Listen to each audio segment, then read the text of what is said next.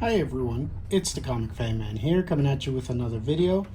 And in today's video we're going to have a look at the Masterverse Masters of the Universe Revolution Emperor Hordak. And this is the first figure of the Revolution line that I got. Now I'm going to say I was not a fan of Revelation. But Revolution, I think, was a great bounce back for the series. And I do hope that they continue with the writers of Revolution so that they can continue having a bright future. And let's take a look at the side of the box here. It just wraps around. It's the Horde army there. And as it wraps around, it's a continuation of the Horde army. This is the Motherboard, a hologram of the Motherboard. Doesn't seem to be anything else.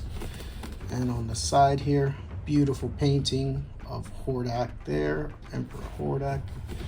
And on the back, the figure, again, unfortunately, this is not an American, excuse me, American product. This is from Europe, so there's no write-up here.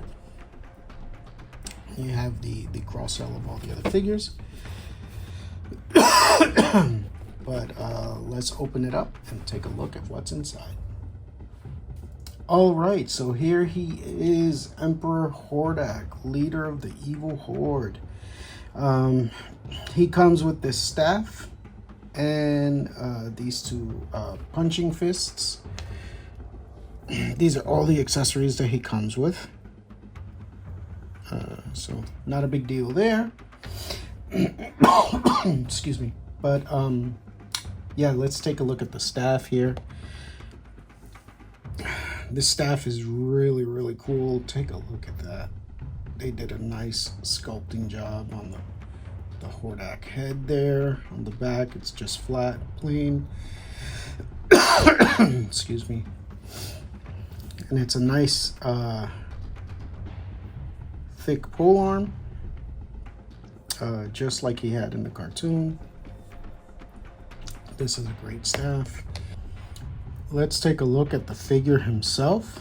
They did an amazing sculpting job on this figure. And he looks exactly the way he did in the cartoon of Revolution. This is great. I love the design. I love the look. And all the way down here, this rubber that they used, this plastic for his for his kilt area, this is great. This is really soft. It does not get in his way at all. And these is new boot design that he's got. Great looking figure all the way around. He's got the Hordak cowl. Now all of this, I don't know how this attaches, if it comes off or not. The head is still on a ball peg, so does all the regular Masterverse looking around. But yeah, I don't know if this comes off. I don't see where it's attached. I don't see where it's clipped. So I think that's not meant to come off. You can swap out the head, but I don't see if you can do anything else with the body. But in any case, this is a great looking figure. Let's put his staff in his hands. And yeah, he looks great. He was great in the cartoon. Hearing him voiced by Keith David from Gargoyles fame was amazing. I was so happy to hear his deep, soothing voice as the Emperor of the Horde. Again, Revolution was really, really well done. I think the writers, the writing team for Revolution were definitely a different writing team for Revelation, because Revelation was all over the place. It was awful. But Revolution did a lot to fix a lot of the problems that they caused in Revelation. And yeah, I think they did a great comeback. So if Netflix continues with this series, hopefully they continue with that team, because they did a much better job. All right, so here we have Filmation Hordak versus Emperor Hordak of Revolution. As you can see, you know, the Filmation Hordak very much has all the Filmation coloring, the head sculpt from the Filmation Hordak design was really great. But the Revolution Hordak for me is a tremendous upgrade. The face is amazing. The character in the cartoon was amazing. And then Keith David voicing him, doing a tremendous job. And then Keith David even did the laughing snort that the Hordak from the Princess of Power had. Remember, every time he used to laugh in the Filmation cartoon, he would have some kind of weird snort to his laugh. You know, something like that. He did have that laugh, and in Revolution, Keith David did mimic that laugh as well, which was a surprise. I was not expecting him to do it. I thought he was just going to do his own thing on Hordak, which he did. He did a tremendous job. The best voice actor on the show, as far as I'm concerned, because as much as I love Mark Hamill, I still felt like his Skeletor was way too Joker for me. But Keith David's Hordak was just amazing.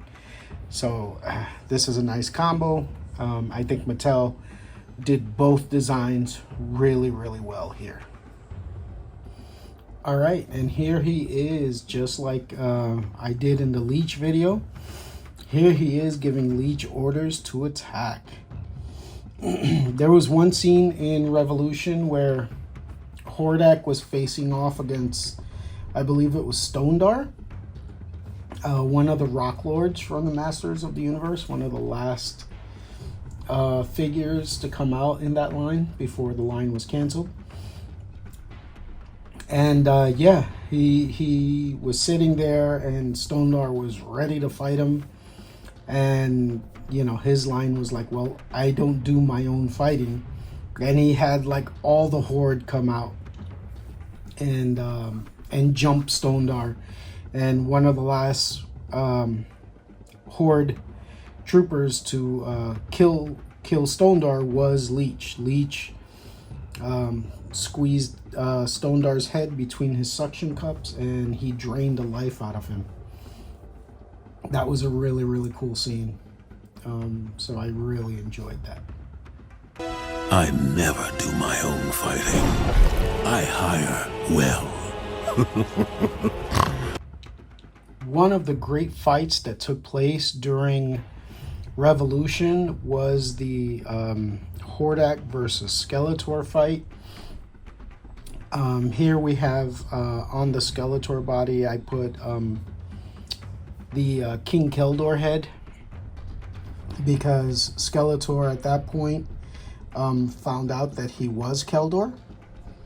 So basically Keldor retook over his body as Skeletor and decided to fight back against Hordak. And that's how he lost. I will say I'm kind of surprised that that Mattel did not make Hordak into a deluxe figure, because Hordak in Revolution had so many transformations that he had like in the Filmation cartoon. Because in the Filmation cartoon, if you remember, he was able to turn into a rocket, and in Revolution he did the same thing. The bottom half of his body turned into a rocket. His arm turned into a cannon, again just like the Filmation cartoon. And it was a back and forth fight where Skeletor was relying on magic and Hordak was relying on technology. Eventually, Skeletor does win the fight because he does figure out how to blend magic and technology together. And that's how he was able to overthrow Hordak. And it was really well done in the Revolution cartoon. And yeah, I think this is a really good, you know, for me, a really good representation of that fight where Skeletor does finally defeat Hordak with the help of Keldor. All right, so if you enjoyed this look at Revolution Hordak, Emperor Hordak, and if you feel that I've earned it, please give me a like and subscribe. And get ready for our next videos. Now that we did the 2 villains of this wave, we will then get into the 2 heroes of this wave, which will be Thunder Punch He-Man and Cyclone. All right, look forward to our next video. Thank you and have a great day. Bye-bye now.